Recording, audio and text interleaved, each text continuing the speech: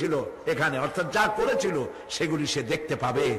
আর তখন ওয়ায়াকুলুল কাফিরু ইয়া লাইতানি কুনতু তুরাবা, সেই কিয়ামতের ময়দানে অবস্থা দেখে কাফেররা বলবে, আহারে মানুষ না হইয়া যদি মাটি হইয়া যেতাম, যদি মাটি হতাম, যদি মানুষ না হয়ে না জন্মাতাম, আজ এই হাসরের ময়দানে এইখানে এই বিচারের মুখোমুখি হতাম না, মাটি হইলে বরং অনেক ভালো হতো।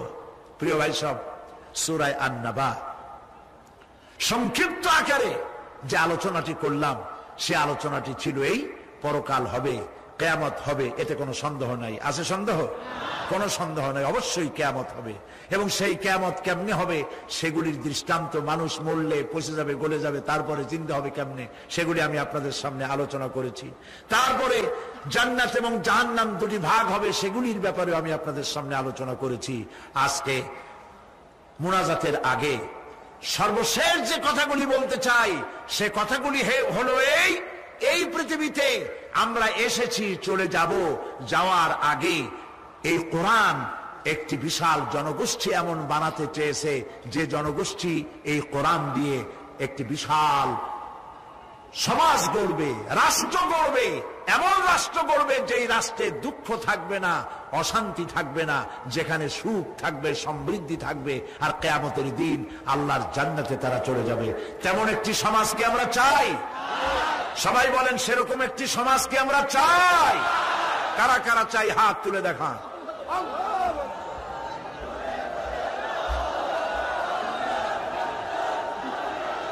প্রিয় ভাই সব, আমি হাত তুলতে বলেছি, দাঁড়াইতে বলি নাই। মেহেরবানি করে বসেন। আজকে আখেরি মুনাজাতের দিন, আলহামদুলিল্লাহ বলেন। কয়েক লক্ষ মানুষ মুনাজাতের জন্য অপেক্ষা করছে, আলহামদুলিল্লাহ বলেন। দাঁড়ানোর অর্থ আমি বুঝি, অনেক সময় বসছেন, ফাঁকে একটু মাজা সোজা করে নিলেন, বসেন বসেন, আর একটু জোরে সরে জিকির করেন, লা ইলাহা ইল্লাল্লাহ, লা ইলাহা ইল্লাল্লাহ, আরো জোরে লা ইলাহা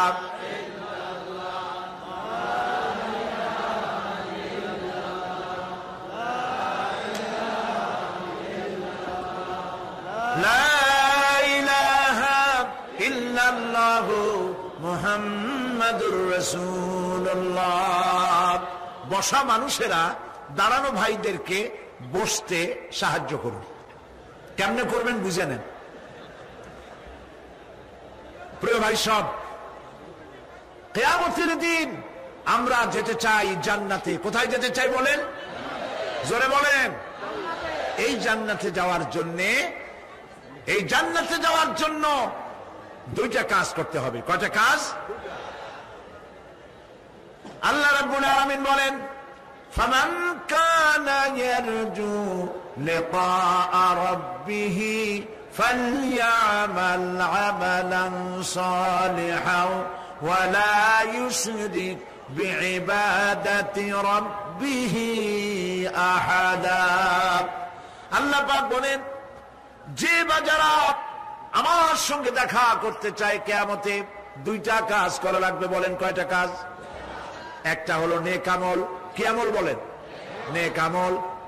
নেক আমল কারে বলে? নেক আমল করতে হলে আবার দুইটা শর্ত লাগে।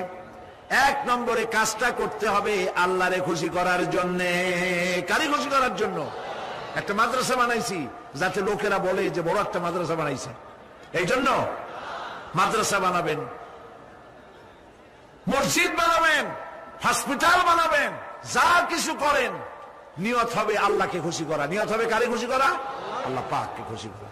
এই হলো নেক আমলের প্রথম শর্ত। কাজ হবে আল্লাহকে খুশি করার জন্য। দুই নম্বরে কাজটি হতে হবে সুন্নতে নববী সাল্লাল্লাহু আলাইহি ওয়াসাল্লামের উপরে। মনে থাকবে, দাড়ি রাখবো। কেন রাখবো? রাসূলের সুন্নত। রাখবো কারে খুশি করার জন্য? আল্লাহকে খুশি করার জন্য। রাখবো কার মতো? রবীন্দ্রনাথের মতো, কার্ল মার্কসের মতো, কবির মতো নয়। রাখতে হবে কার মতো? নবীর মতো। বুঝে নেন, কাজটা হতে হবে আল্লাহকে খুশি করার জন্য, 2 নম্বরে কাজটা হতে হবে সুন্নতে নববী সাল্লাল্লাহু আলাইহি ওয়াসাল্লামের উপরে হতে হবে।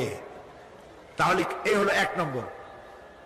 জান্নাতে যাওয়ার জন্য, আল্লাহর সাথে দেখা করার জন্য 1 নম্বরের কাজ হলো নেক আমল। বলেন 1 নম্বরের কাজ কি? 2 নম্বরের কাজ ওয়ালা ইউশরিক বিইবাদাতি রাব্বিহি আহাদা। আল্লাহ রাব্বুল আলামিনের ইবাদতের সাথে কাউকে শরীক স্থাপন করা যাবে না। আমরা যারা মুসলমান, অধিকাংশ মুসলমান শিরকের ভিতরে মুবতলা হয়ে আছে। বিশ্বাস করেন কিনা বলেন?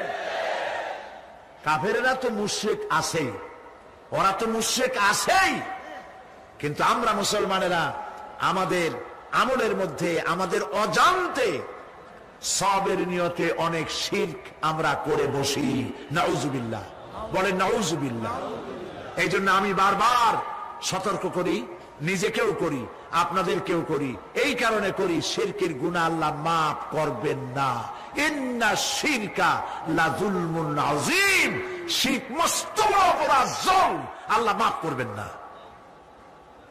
আল্লাহর কাছে কান্দে কান্দে মাফ চাওয়া লাগবে যে আল্লাহ শিরক থেকে আমাকে রক্ষা করো, বাঁচাও। অনেক গোপন শিরক আছে। মাজারে যান, পীর সাহেবের কাছে যান, মনে যদি নিয়ত থাকে উনি ফু দিলে আমি ভালো হবই, উনি তাবিজ দিলে আমার বাচ্চা হবেই, উনি আমারে দয়া করলেই আমার ব্যবসায় উন্নতি হবেই, এইটার নাম শিরক। এটার নাম কি? ওয়াইজা সাআলতা ফাসআলিল্লাহ ওয়াইজা ইসতাআনতা ফাসতাইন বিল্লাহ। যা বলার আল্লাহরে বলো, আর যা চাওয়ার কার কাছে চাও? চিল্লায় বলেন। কলিজাটাকে পরিষ্কার করে দেন আজকের মাহফিলে। এই কলিজায় কারো প্রতি কোনো ভয় রাখবো না আল্লাহ ছাড়া। ভয় করবো কারে বলেন? মহব্বত আল্লাহ ছাড়া, এত বেশি মহব্বত আর কাউকে করবো না। আল্লাহ তাআলা আমাদের কলিজায় তোমার ভয় এবং মহব্বত দিয়ে ভরে দাও, রাসূলের মহব্বত দিয়ে আমাদের দিলকে ভরে দাও। বিশ্বাস করুন ভাই সাহেব, কোরআন শরীফ আমার সামনে, বিশ্বাস করুন, দেশি পীর বিদেশি পীর, খাজা বাবা দেশি এবং বিদেশি, কেউ আপনার ভাগ্য বদলাই দিতে পারবে না। এই পিছনে দৌড়ায় দৌড়ায় কোনো লাভ নয়। এতক্ষণ মসজিদের ভেতরে বসে আল্লাহর কাছে কাঁদেন। ওয়াকালা রাব্বুকুম উদউনি আস্তাজিব লাকুম। তোমার রব বলেছে আমারে ডাকো, আমি ডাকের সাড়া দিয়ে দেব। সুবহানাল্লাহ। আর আল্লাহ বলেছেন আমার ইবাদতের সাথে কাউকে শরীক করবে না। খবরদার। আলাইসাল্লাহু বিকাফিন আবদা। আল্লাহ প্রশ্ন করছেন, আলাইসাল্লাহু বিকাফিন আবদা, আমি কি আমার বান্দার জন্য যথেষ্ট নই? চিল্লায় বলুন অবশ্যই যথেষ্ট। আবার বলেন অবশ্যই যথেষ্ট। কলিজা সাফ করে ফেলেন। সম্রাট শাহজাহান, দিল্লির সম্রাট, হাবিজাবি সম্রাট না, দিল্লির সম্রাট। এখন কোথায়? কবরের মধ্যে। কবি বলতেছেন, শাহনে জাহাं को जिन्हें फक्र से देते थे बाज, शाहने जहां को जिन्हें फक्र से देते थे बाज, वाज कब्र में है सूरह अलहम्दु की मोहताज। সারা ভারতবর্ষ যারা ট্যাক্স দিয়ে নিজেকে সৌভাগ্যবান বলে মনে করত, সে আজ কবরের মধ্যে ভিক্ষুকের মতো সূরা আলহামদুর মতো একটি সূরার মুহতাজ হয়ে ভিক্ষুকের মতো শুয়ে আছে। সম্রাট শাহজাহান মসজিদে বসে আছে, এক ফকির ঘুরতেছে। লোকেরা কয় ছোটবেলা থেকেই তোমার খয়রাত করতে দেখলাম, ভিক্ষা কি জীবনেও যাবে না তোমার? লোকটি বলছে, আমি ভিক্ষা করবো ছাড়া আমার উপায়টা কি? কারণ আমার তো লোকেরা এই মুরব্বীকে বসায় না। এই লোকটি আমি ভিক্ষা করা ছাড়া করবো কি? লোকেরা তো আমার 60 টাকা 50 টাকা 100 টাকা দেয় না, 4 আনা 5 আনা 1 টাকা এই আমার দেয়। এ দিয়ে আমি বড় লোক হবো কেমন? লোকটি বলছে, আচ্ছা দেখো, তুমি তো জায়গা মতো যাইতে পারো নাই, বাদশার কাছে যাও, এমন দেওয়া দেবে জীবনে আর খয়রাত করা লাগবে না। তো বাদশার কাছে কি খয়রাতি যাইতে পারে কোনোদিন? কয় হ্যাঁ, এখন পারবা। কেমনে? কয় সম্রাট শাহজাহান এখন একা একা মসজিদে আছেন। তখনকার এসব বাদশারা অনেকে নামাজি ছিলেন, দিনদার ছিলেন। ফকির দরজার কাছে দাঁড়াইয়া দেখতে পাচ্ছে কেউ নাই, দেহরক্ষীরা দূরে দূরে দাঁড়ানো। বাদশাহ মসজিদের ভেতরে বসে হাত তুলে ঝুলতেছে আর কাঁদতেছে, চোখের পানি দিয়া দাঁড়িয়ে ভিজে ভিজে পড়ছে। এই দৃশ্য অনেকক্ষণ দেখলো ফকির। কিছুক্ষণ পর সম্রাট শাহজাহান মসজিদ থেকে বেরিয়ে আসছে। ফকির বলছে, আসসালামু আলাইকুম হুজুর। তিনি বললেন, ওয়ালাইকুম আসসালাম। চলে গেল। বাদশা বলল, আমার কাছ তো কেউ আইসা কিছু না চাইয়া তো যায় না, এরে দেখলাম খয়রাতির মতো কিছু চাইলো না, বেটা ভয় করলো নাকি? এদিকে আসো। আসছে। ভয় পাইছো? কয় না, ভয় পাইনি। তো কিছু যে চাইলে না? ফকির বলছে, জাহাপানা সত্যিই কিছু চাইতে আসছিলাম, তারপর চাইলে না কেন? ফকির বলছে, জাহাপানা সারা জীবন ভিক্ষা করেছি, আর আজ দিল্লির সম্রাটের কাছে বেশি পাওয়ার লোভে এসেছিলাম, কিন্তু আপনার দশা দেখা আমার জ্ঞানের চোখ খুলে গেছে। আমি লক্ষ্য করে দেখলাম, আমি সম্রাটের কাছে চাইতে এসেছি, হাত তুলি নাই, বিনয় প্রকাশ করি নাই, চোখের পানি ফেলি নাই, কিন্তু লক্ষ্য করে দেখলাম দিল্লির সম্রাট আমার চাইতেও বড় ভিক্ষুকের মতো। আবার কোন সম্রাটের কাছে হাত তুলে কান্দে? আমার জ্ঞানের চোখ খুলে গিয়েছে, আমি বুঝতে পেরেছি সম্রাট কান্দে যেই সম্রাটের কাছে, তারে ছাড়া আর কারো কাছে জীবনে চাইব না। এই কথাই সূরা ফাতিহায় প্রত্যেক দিন পড়ি, বুঝি না কি পড়ি। ইয়্যাকা না'বুদু ওয়া ইয়্যাকা নাস্তাঈন। আয় আল্লাহ, একমাত্র তোমার গোলামি করি আর তোমার কাছে সাহায্য চাই, তুমি ছাড়া কারো কাছে সাহায্য চাই না। কলিজা সাফ করুন। কোন মরা পীর, কোন জিন্দা পীর আপনার মনের আশা পুরা করতে পারবে না, পারবে না, পারবে না।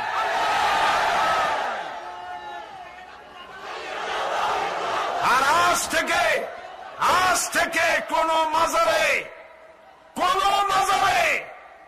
টাকা দিবেন না, পয়সা দিবেন না, আগরবাতি দিবেন না, মোমবাতি দিবেন না, গোলাপ পানি দিবেন না। কারা কারা দিবেন না? হাত উঁচু করে দেখা। হাত নামান, হাত নামান। আল্লাহ পাক তুমি এই হাতগুলি কবুল করো, জোরে বলেন আমিন। এই চট্টগ্রাম ছিল স্বাধীনতা আন্দোলনের লালন ভূমি, সূতিকাগার। এই চট্টগ্রামের বুকের উপরে দাঁড়িয়ে শহীদ প্রেসিডেন্ট জিয়াউর রহমান স্বাধীনতার ঘোষণা দিয়েছিলেন। সেই চট্টগ্রাম স্বাধীনতার গৌরবে ধন্য। সেই চট্টগ্রামকে আল্লাহ পাক ইসলামের চট্টগ্রাম, শিরক এবং বিদআত মুক্ত চট্টগ্রাম আল্লাহ বানায় দিন। আমি অত্যন্ত আনন্দিত, খুশি বর্তমান সরকার চট্টগ্রামকে বাণিজ্যিক রাজধানী ঘোষণা করায় সরকারকে ধন্যবাদ জানাই। আমি ধন্যবাদ জানাই চট্টগ্রাম আন্তর্জাতিক বিমানবন্দর। আমরা আজ থেকে বহু বছর আগে সেই কোন জায়গায় যেন, কোন স্কুল মাওলানা কলেজিয়েট হাই স্কুল ময়দানে 80-র দশকে এভাবে মাহফিলে বলেছিলাম, চট্টগ্রাম এই আন্তর্জাতিক বিমান, তখন আন্তর্জাতিক ছিল না, এই বিমানবন্দরের নাম রাখা হোক আল্লাহর ওলি শুয়ে আছেন এই চট্টগ্রামে হযরত শাহ আমানত রাহমাতুল্লাহ আলাইহি, তার পবিত্র নামে এটা করা হোক। কোন সরকার করে নাই, কোন সরকার করে নাই। সেই দীর্ঘদিনের দাবির ফলশ্রুতিতে চট্টগ্রামকে 4 দলীয় ঐক্যজোটের সরকার চট্টগ্রামের মুসলমানদের কলিজার দাবি পূরণ করে শাহ আমানত ইন্টারন্যাশনাল এয়ারপোর্ট নাম ধারণ করে সেখানে পতাকা উঠতেছে বাংলাদেশের। মসজিদও তৈরি হয়ে গেছে। দুনিয়ার কোন আন্তর্জাতিক বিমানবন্দরের গায়ের সাথে মিশানো এমন মসজিদ আমি দেখছি কিনা আমার মনে পড়ে না। চট্টগ্রামের সৌভাগ্য, আলহামদুলিল্লাহ। আমার কলিজা চায় আমি আপনাদের সাথে জড়াই গেছি, ভালোবাসা দিয়া, মহব্বত দিয়ে, কোরআনের কারণে, আর কোনো কারণ নাই, কোনো স্বার্থ নাই। আমি কোনোদিন চট্টগ্রাম থেকে এমপি নির্বাচন করতে আসবো না। আপনাদের সাথে আমাদের এই মহব্বতের সূত্র শুধুমাত্র আল্লাহ, শুধুমাত্র রাসূল, শুধুমাত্র আল্লাহ রাব্বুল আলামিনের এই কোরআন শরীফ, আর কিচ্ছু না। আল্লাহ পাক এই চট্টগ্রামে যারা মাজারের ব্যবসা করে এগুলোরে তুমি হেদায়েত করে দাও, বলেন আমিন। মাজার কেন্দ্র করে যারা বসে আছে ওদেরকে বলেন আল্লাহর রাস্তায় বাড়ি ফিরে যা। এ মাজারে চাষ কি?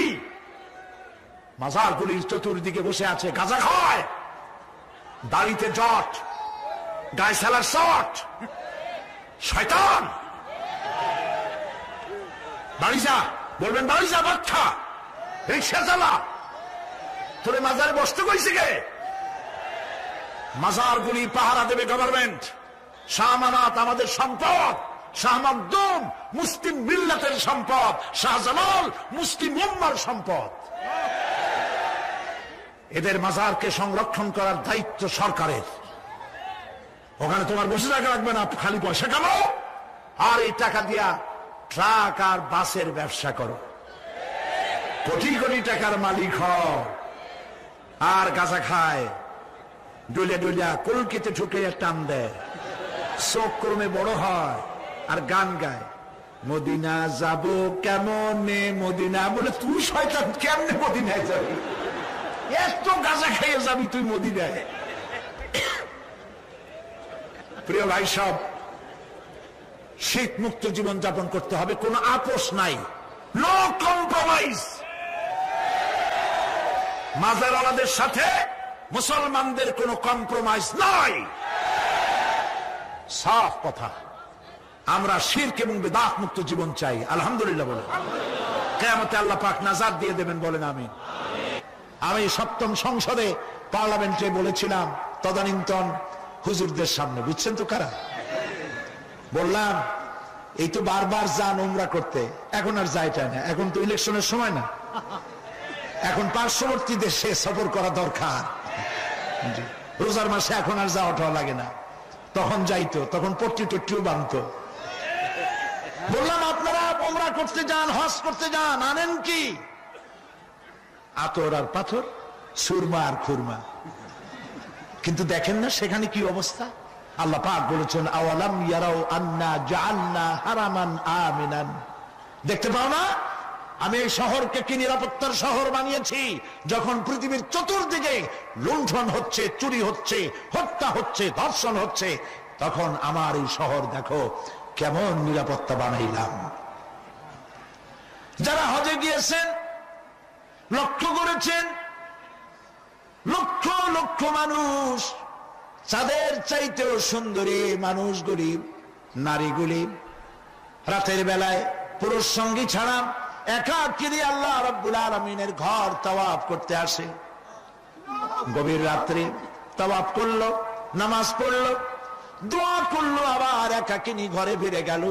লক্ষ লক্ষ পর পুরুষের মধ্য দিয়ে আজ পর্যন্ত একটি রেকর্ড সৃষ্টি হলো না যে কাবা শরীফের চতুর্দিক থেকে কয়েকটা নারী হাইজ্যাক হয়ে গেছে। চোখে দেখো না, মক্কা শরীফে তো চতুর্দিকে পুলিশ টুলিশ আছে। মুজদালিফায় যেখানে এরকম শামিয়ানা নাই, ঘর নাই, দেওয়াল নাই, লক্ষ লক্ষ নারী আর পুরুষ পাশাপাশি কাছাকাছি সারা রাত শুয়ে থাকে। বলেন ঠিক কিনা? 1000-1500 বছরের ইতিহাস তালাশ করেন, একটা নারী হাইজ্যাক হয়েছে, লাঞ্ছিত হয়েছে? আর তুমি বুশ আমাদের কও আমরা সন্ত্রাসী? তোমার দেশে প্রতি সেকেন্ডে কত মানুষ নিহত হয়? তোমার দেশে প্রতি মিনিটে কত ধর্ষণ হয়? হিসাব করো। আমাদের দিকে চোখ তুলে তাকাইও না, নিজের ঘর সামলাও। ফেরাউনের ঘরে আল্লাহ মুসাকে পালন করেন। আমেরিকার সেই লোকগুলি বললো অবস্থা এখন এই হয়েছে, কোরআন শরীফ পড়তে গিয়ে বোমা তালাশ করতে গিয়ে দেখে বোমা টোমা নাই, বরং বোমা নিরসনের কথা আছে। রেজাল্ট কি হলো? তারা বললেন রেজাল্ট এই হয়েছে, আল্লাহর কোরআন তেলাওয়াত করে করে আমেরিকান সাদা খ্রিস্টানেরা আগের তুলনায় 5 গুণ বেশি মুসলমান হওয়া শুরু করে দিয়েছে। तौहीद की अमानत सीनों में है हमारी, तौहीद की अमानत सीनों में है हमारी, आसान ही मिटाना नामो निशान हमारा। একাত্মবাদের আমানত আমাদের কলিজা আছে, আলহামদুলিল্লাহ বলেন। আমাদের নাম নিশানা মিটাইতে পারবে না, তোমার বোমা অস্ত্র যা আছে সব নিয়ে আসো। আল্লাহ আমাদের সাহায্য করবেন ইনশাআল্লাহ। ইন তানসুরুল্লাহ ইয়ানসুরকুম, মুসলমানেরা আল্লাহকে সাহায্য করো, আল্লাহ তোমাদের সাহায্য করবেন। আল্লাহর সাহায্য কেমনে করবেন? আল্লাহ দ্বীন কায়েমের জন্য জীবন দিতে প্রস্তুত হয়ে যাও, আল্লাহ পাক সাহায্য করবেন। রব্বুল আলামিন পরিষ্কার করে বলেছেন, ওয়া কানা হাক্কান আলাইনা নাসরুল মুমিনিন, মুমিনদেরকে সাহায্য করা আমি আল্লাহর জন্য ওয়াজিব। সুবহানাল্লাহ বলেন। আল্লাহর জন্য মুমিনদেরকে সাহায্য করা কি ওয়াজিব। সুতরাং ভয় পাবেন না, ঐক্যবদ্ধ হন, ঐক্যবদ্ধ হন, তাকওয়া সৃষ্টি করুন, আল্লাহর মেহেরবানি আসবে। নামাজ পড়ুন, আল্লাহরে সেজদা দিবেন। কারে সেজদা দিবেন? আজকে কি ভাই কোরআন শরীফের মাহফিলের শেষ দিন, তাফসীরের মাহফিল শেষ দিন, মুনাজাতের দিন, লক্ষ লক্ষ মানুষ মুনাজাতের অপেক্ষায় বসে আছে। প্রিয় ভাই সব, এই সুন্দর মুহূর্তে আমরা কি ওয়াদা করতে পারি জীবনে আর নামাজ ছাড়বো না? আমরা কি ওয়াদা করতে পারি জীবনে আর মিথ্যা কথা বলবো না? মুসলমানদের কপাল পূর্ণ কেন? কারণ দুনিয়া আমরা সব থেকে বেশি মিথ্যা কথা বলি, বলেন ঠিক কিনা?